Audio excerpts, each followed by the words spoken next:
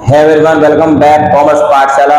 आज का हमारा टॉपिक है प्रॉफिट, मतलब हमें प्रॉफिट को फाइंड आउट करना है। तो सबसे पहले हम क्या लिखेंगे, फॉर्मूला लिखेंगे। प्रॉफिट को फाइंड आउट करने के लिए हमारे पास मेनली दो फॉर्मूले होते हैं जिससे हम प्रॉफिट को फाइंड आउट करते हैं। तो इसके छोटा फॉर्मूला है profit is equal to closing capital minus opening capital.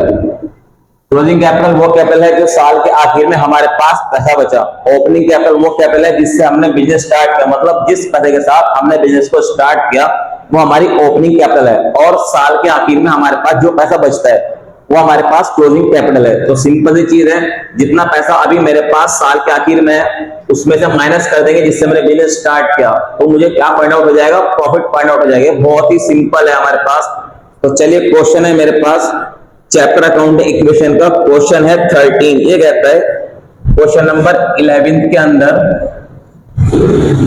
एक आदमी है, उसने कमेंस मतलब स्टार्ट किया अपना क्लोथ बिजनेस ऑन 1 अप्रैल। उसकी कैपिटल है हमारे पास 3 लाख। तो ओपनिंग कैपिटल मेरे पास गिवन है 3 लाख। उसके बाद उसे कहता है 31 मार्च को उसके एसेट्स हैं 5 लाख के, लायबिलिटी 1 लाख की। तो मेरे पास एसेट्स हैं 5 लाख एंड लायबिलिटी है 1 लाख।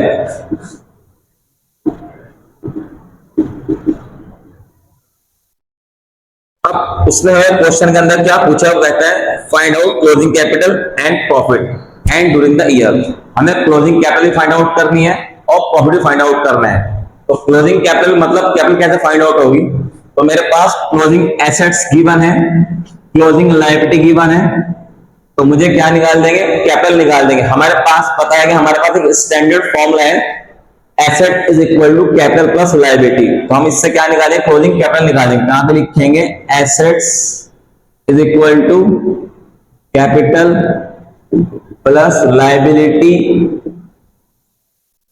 एसेट्स गिवन है 5 लाख, कैपिटल हमारे पास गिवन नहीं है, क्लोजिंग लायबिलिटी हमारे पास 1 लाख।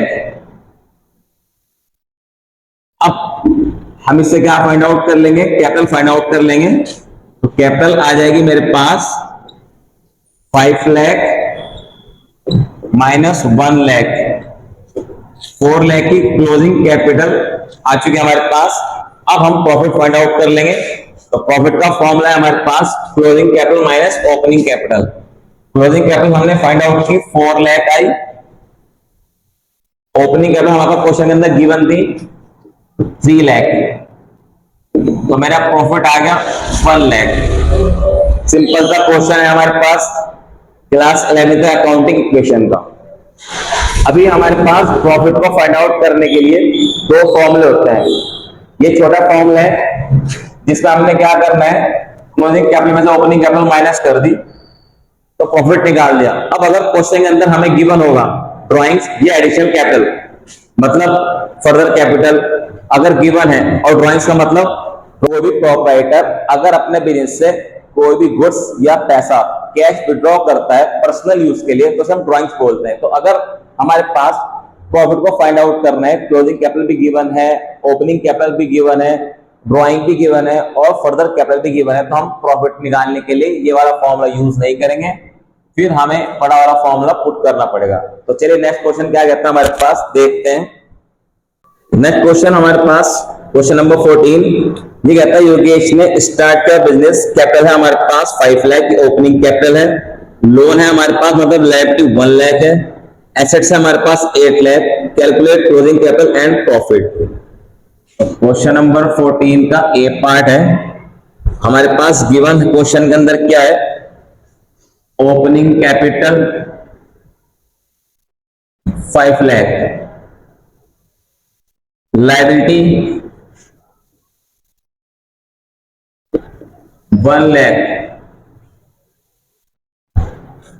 एसेट्स 8 लाख।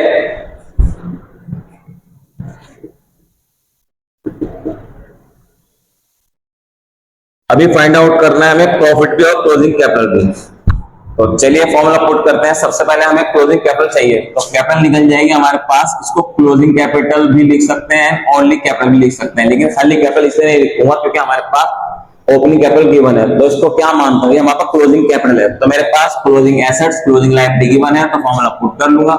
मेरे पास फॉर्मूला जाएगा एसेट्स माइनस लायबिलिटी करके। ये वही फॉर्मूला है हमारे पास जो इससे पहले क्वेश्चन मैंने आपको बताया कि asset is equal to liability plus capital या कैपिटल प्लस लायबिलिटी, या फिर मैं भी लिख सकता हूं closing capital is equal to asset minus liability. या लायबिलिटी अगर निकालना हो तो हम क्या करेंगे, एसेट में से क्लोजिंग कैपिटल माइनस कर देंगे।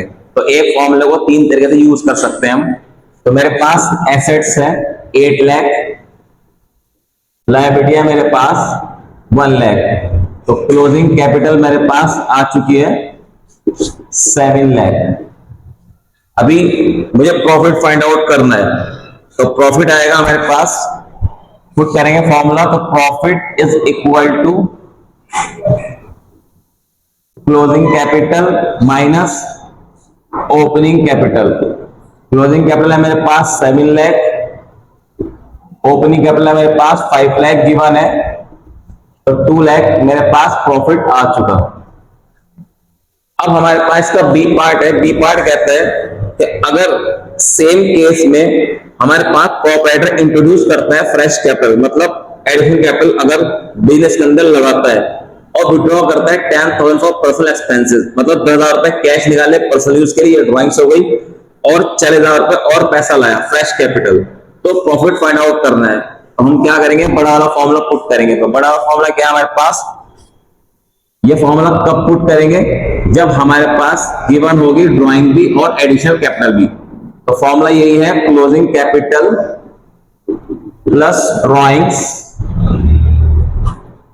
Minus opening capital minus additional capital.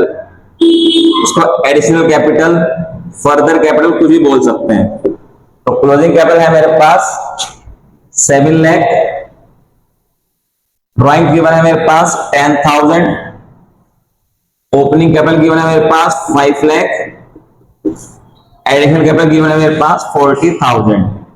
तो फॉर्मूला पुट करके हम प्रॉफिट को फाइंड आउट कर लेंगे। इनको प्लस करेंगे, आ जाएगा 7 लाख 10,000, इनको प्लस करेंगे माइनस माइनस प्लस हो जाएगा, तो 5 लाख 40,000। यह जाएगा हमारे पास 1,70,000। तो पहले केस में मैंने प्रॉफिट को फाइंड आउट किया तो आया मेरे पास 2 लाख। दूसरे केस में हमने प्रॉफिट को फाइंड आउट किया जब मेरे पास फर्दर कैपिटल और ड्राइंग भी थी, तो आया हमारे पास प्रॉफिट 1,70,000। तो ये था आज का टॉपिक। इसके अंदर हमने क्या किया, प्रॉफिट को फाइंड आउट किया। तो आई होप के दोनों क्वेश्चन आपको अच्छा समझ में आ चुके होंगे। अगर आपको वीडियो अच्छी लगी तो आप वीडियो को लाइक करें एंड शेयर करें। मिलता है जल्दी न्यू वीडियो के अंदर न्यू कॉन्सेप्ट के साथ, न्यू क्वेश्चन के साथ। Thanks for watching my video, have a nice day.